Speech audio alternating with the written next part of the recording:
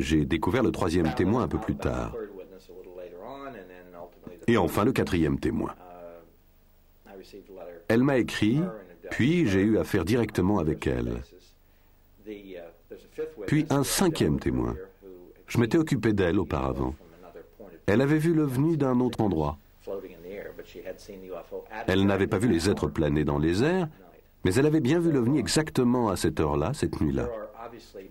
Il doit donc y avoir beaucoup d'autres témoins. L'essentiel, c'est qu'à une distance de 400-500 mètres, elle a vu ce gros appareil qui stationnait au-dessus d'un immeuble. C'est arrivé après que son moteur ait calé, arrêtant la voiture, et que toutes les lumières se soient éteintes dans la voiture, sur le pont et sur la chaussée. Et plusieurs autres voitures se sont arrêtées elles aussi, lumières éteintes. Personne ne savait ce qui arrivait aux voitures, pourquoi elles s'arrêtaient toutes. Elle a regardé sur sa droite, elle a vu un objet énorme, très très brillamment éclairé au-dessus de l'immeuble. À ce moment-là, une petite lumière blanche est partie de la base de l'engin, et là elle a vu ces êtres jaillir de la fenêtre du 12e étage. Elle ne savait pas encore de quoi ils retournaient, en fait on aurait dit des boules. C'étaient des personnages en position fœtale, et ils se sont tous déployés tout d'un coup, vite aspirés dans l'engin, le tout en 12 secondes à peu près, puis l'engin s'est éloigné. J'ai entendu des descriptions qui concordaient exactement avec celles des deux agents de la sécurité dans la voiture située en bas, accompagnant une haute personnalité politique. Ils ont tous vu la même chose que ces femmes, sauf qu'ils étaient plus rapprochés.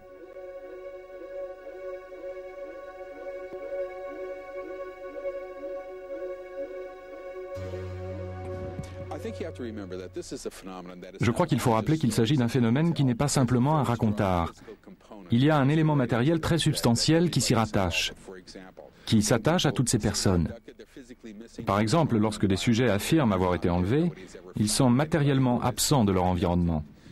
Ils ne sont pas là. Jamais on n'a mis la main sur quelqu'un pendant la durée de son enlèvement.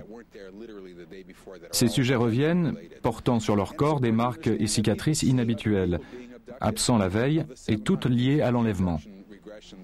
Et il faut insister sur le fait que certains sujets assistent à l'enlèvement d'autres personnes. Des 750 régressions d'enlèvement que j'ai menées, 20% concernent 2 personnes ou plus. De sorte que ces sujets peuvent mutuellement confirmer leur enlèvement. Ils se voient, l'un d'eux n'est pas enlevé alors que l'autre va l'être, et ils le voient toujours. En outre, les détails fournis par ces sujets sont d'une précision extraordinaire. Ils peuvent décrire certains des instruments qu'on leur a appliqués, et nous savons à quoi ils servent, même si ces sujets l'ignorent, n'en ont pas connaissance. Mais nous avons vu ces instruments apparaître en tant d'occasions que nous savons leur fonction. Lorsqu'ils décrivent les actes effectués, ils vont décrire l'acte A, l'acte B, l'acte C, et nous savons que l'acte D va suivre. Eux n'en savent rien et voilà qu'ils poursuivent en donnant la description de l'acte D, de même que tous les autres l'ont fait. Si bien que toute théorie rendant compte de ce phénomène doit prendre en compte cet élément matériel très important et s'y appliquer. Ça, oui, je suis sûre que ça se passe dans le monde réel, matériel. Parce que lorsque je me suis réveillée, j'avais des marques diverses sur le corps qu'on m'avait faites pendant la nuit. Des exemples. Un petit bout de peau prélevé sur le menton, ici. Et j'en avais d'autres que je portais depuis toute petite sans avoir jamais su comment ça m'était arrivé.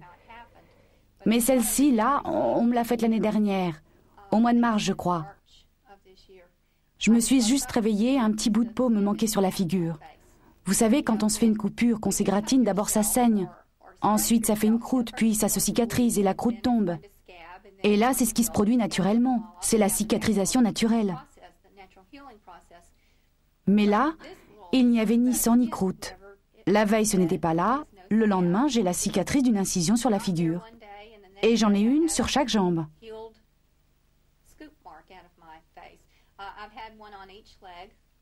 Un jour, je me réveille, je découvre cette cicatrice toute petite à la racine des cheveux, qui n'était pas là avant. Je me suis réveillée avec d'autres types de marques différents sur le corps. Par exemple, en janvier, février, là, cette année, je me suis découvert 2 marques rondes sur le dos. On dirait des piqûres en cercle. 7 piqûres en cercle et une au milieu.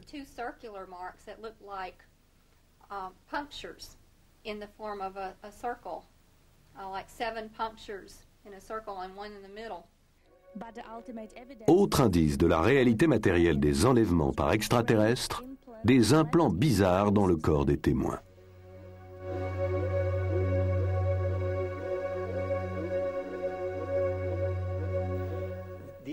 La question des implants est extrêmement intéressante, du fait que nombre d'objets, que l'on pense être des implants, ont été recueillis, de formes et de dimensions variables, qui semblent avoir été logés à des emplacements bizarres. Ainsi, le dessous du pénis, ou dans un autre cas, la fosse nasale, et ainsi de suite. Ces objets ont en commun de ne pas être opaques aux rayons X, ce qui veut dire qu'ils n'apparaissent pas sur une radiographie. C'est très intéressant. Pour la plupart également, ils sont constitués de matériaux organiques, à base de silice, de carbone, d'oxygène, etc. Il ne s'agit pas, ils n'ont pas l'aspect de pièces de mécanique. Nous ne savons pas vraiment de quoi il s'agit. On peut difficilement demander aux scientifiques qui ont étudié ces objets de s'aventurer à dire que tel objet n'aurait pas pu être produit sur Terre d'aucune façon. On ne saurait demander à aucun scientifique de se lancer dans la preuve d'une négation. Pourtant, aucun de ces objets n'aurait dû se trouver aux emplacements du corps humain où on les a découverts. Nous n'avons pas plus idée de leur fonction. On peut spéculer, mais tout ce qu'on a, ce sont des clichés radio ou d'IRM montrant de mystérieux objets à des endroits bizarres.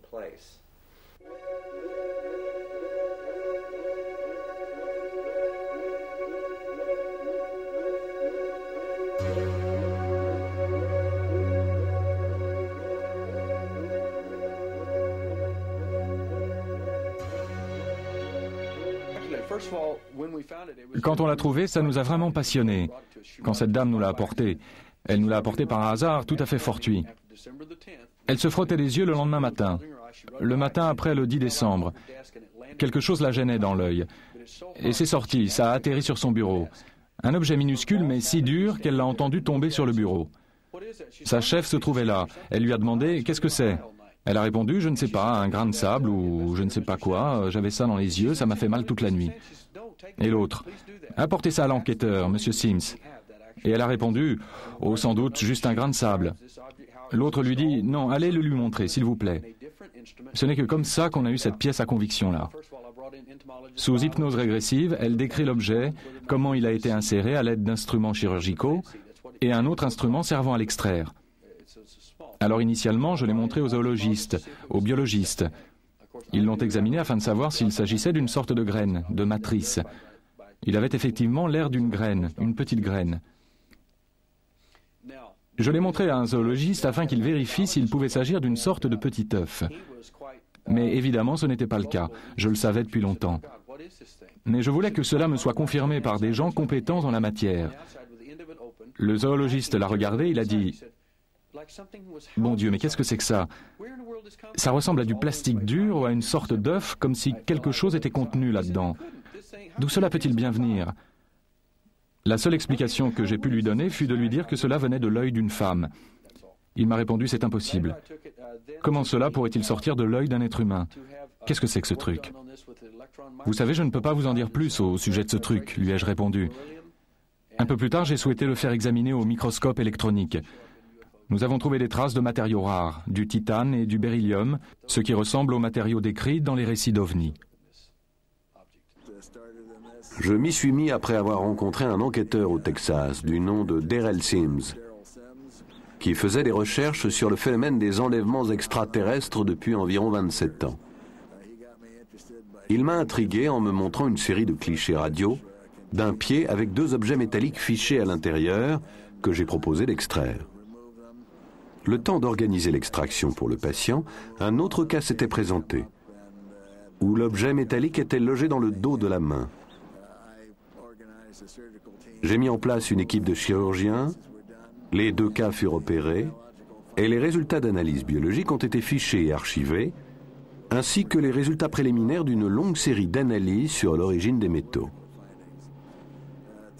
À ce jour, nous avons procédé à 6 opérations, dont nous avons les résultats. 3 cas semblables pour ce qui est des objets et 3 autres cas semblables entre eux, à savoir pour ainsi dire les métalliques et les non métalliques. Les objets métalliques sont de forme variable et sont couverts d'une membrane dense, gris foncé, qui résiste au scalpel. Les 3 autres présentaient de petites billes, d'une couleur blanc grisé, et il ne s'agissait pas de calcium. Nous en avons fait analyser une, on y trouve une foule d'éléments divers. Les résultats d'analyse biologique couvrent les tissus voisins qui ne présentent aucun signe de réaction inflammatoire, ce qui est virtuellement impossible chez l'humain. Et une présence importante de terminaisons nerveuses de propriocepteurs, toutes extraites de zones tissulaires auxquelles elles n'appartiennent pas. Alors une fois ces 2 sujets rapatriés à Houston, j'ai collecté les implants. Le docteur Lyle s'est occupé des biopsies, si bien qu'on disposait d'une bonne chaîne d'indication pour ces objets. Il a soumis les biopsies à 2 pathologistes différents qui lui ont livré les résultats.